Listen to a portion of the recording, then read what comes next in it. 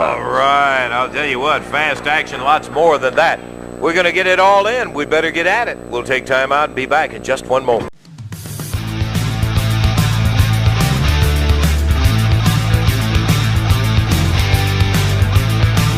Make sure to like the video, subscribe to the channel, and turn on the notification bell so you never miss an update. Number one, my personal favorite, and our number one on this list is Lance Russell, the voice of Memphis Wrestling. I do not want any confrontation on the thing. Okay. Hey, come on, Waller. Man, I don't know. That's the voice I grew up on at a young age. And Lance Russell, he just had the greatest voice of professional wrestling to me of all time. Lance had a good voice. He knew the product. He studied the product. It gives me an opportunity to sit down beside a guy who is a master at the business and one that I've known for a long time, Gordon Solie. How you doing, Gordon? Fine, Lance, and real delightful to be here today. You know, again, Gordon Solie could have made it as number one to a lot of these younger people, maybe your good old JRs or whoever. But on this list here, I hope our listeners can agree. If you don't, please feel free. Let us know. Give us your thoughts. Now, you, Mr. Russell, I complimented you. I said you were a real man. Well, I'm going to tell you something. I can't help but believe deep down inside you didn't have something to do with this.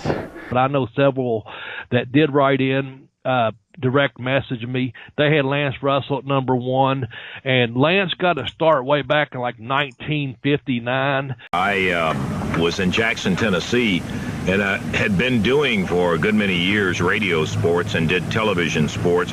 And when the station over there started to carry wrestling, they said, hey, can you do wrestling? I said, hey, I'd love to try it. I've always been a fan, so that's how I got into it. They just added that to their programming, and I started doing wrestling. You know, things I guess that stand out in my mind are, I can sit here and say, oh, yeah, well, he was in the NWA or the USWA and a Wrestler Hall of Fame, the Wrestling Observer's Hall of Fame. All that. But the thing is, that's kind of the voice it is the voice I grew up on wrestling. And the way he called it, just that he live announced it, you know. Love it. Unbelievable. The crowd absolutely stunned. Lawler, the champion. He beat Nick Bockwinkel. The King did it. He defeated Nick Bockwinkel. I call it the Memphis tapes, even though I'm saying that, is because by the time I saw it, it was on tape delay. We got out of Lexington, Kentucky. But they shot that live for like 40 years in Memphis, Tennessee. Right. And, man, it just came across. And he also did the live matches at Tupelo, Mississippi. Sometimes he'd go out to Louisville, from my understanding, or to Nashville and do some live matches as well. But he called the live announced taped house show matches from Tupelo. And, man, he was the one calling the concession stands brawl. And so I never... It's caught under the damn door. What you're looking at is the wildest fight we've seen in the concession stand. All four of them bleeding. Oh, there's mustard all over us. I hope it didn't get in the camera. You know, I was about 15 at that time, 14, 15, and we're watching it. And, of course, I'm saying it's live because it was live when it was taped. So by the time we saw it, probably, you know, the early, maybe a couple hours later that day or whatever, when it took place earlier or the night before, man, you talk about believability, and we've talked about that concession stand brawl, but just his voice of getting that over. We talked about in detail the absence of fans with the Lawler and Funk empty arena match.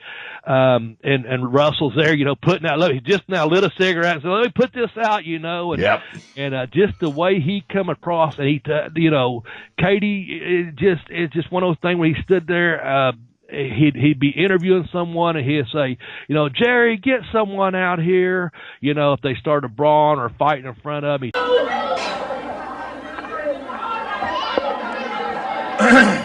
Okay, man, the guy just loses touch with reality. That's all there is to it. He did it. And, well, anyhow, Monday night will be Lawler's problem. So, see, hell, he took bumps. You know, he unintentionally took bumps for the fucking company because they'd be brawling in front of him, and he took it so serious. He would try to get out of the way, but sometimes he'd unintentionally knock him over, and he'd take a bump, and he'd grab his microphone or lose his glasses. But the believability, and I know that I think he went to Lexington, Kentucky, and called matches too sometimes. So I know I've heard him live. I never had the honor of meeting Lance Russell, and I wish I would have, because he is my favorite all-time wrestler, or voice of professional wrestling to me is Lance Russell. And I'll just kind of let you finish it out from there. And if you all disagree, hit us up at BBBB. If you agree, hit us up at BBBB at the Bell to Bell Blaze.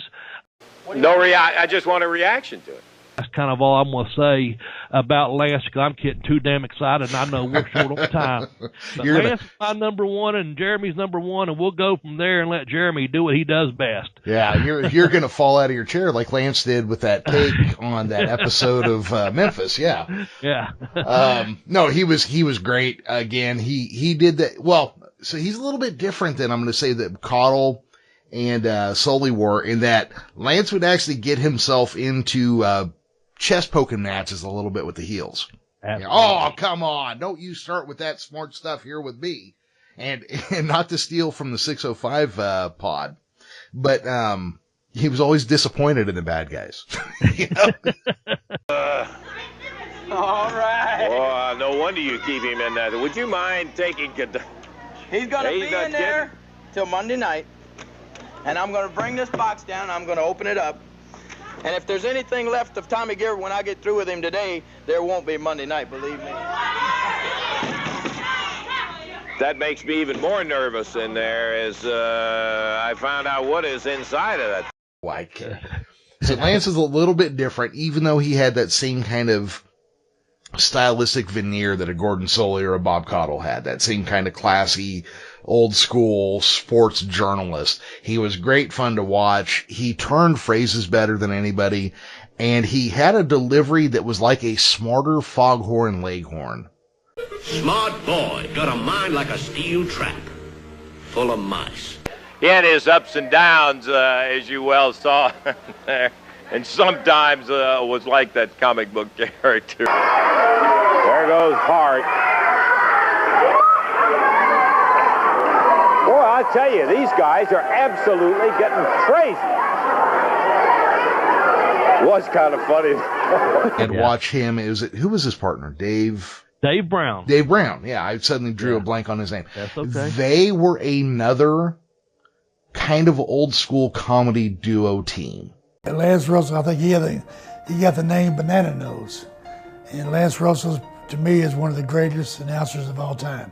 They didn't take nothing away from Dave Brown, because Dave Brown, you're right there with him. They had a delivery that was nice and smooth, but you could see that they had bits, and like, what do you think, Bobby? And he starts, no, never mind, well, back to the ring. Yep, exactly. Yeah. I always loved that about that. Yeah. Well, that's about it. Son of a gun, we've enjoyed it. Looking forward to next week. I guess we'll have to wait a week before we get to it, but we'll be right back again. For Corey Macklin, Dave Brown, Lance Russell saying bye-bye, everybody. Read the book that has the literary and wrestling worlds on fire.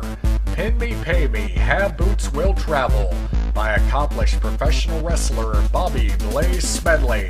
The incredible story of one man's battle to overcome all odds and realize a lifelong dream. Travel with Bobby in the ring, on the road, and around the world, including inside stories from WWE, WCW, Smoky Mountain Wrestling, and more. Forward to the book written by Jim Cornette. Buy your copy of Pin Me, Pay Me, Have Boots Will Travel on Amazon.com today.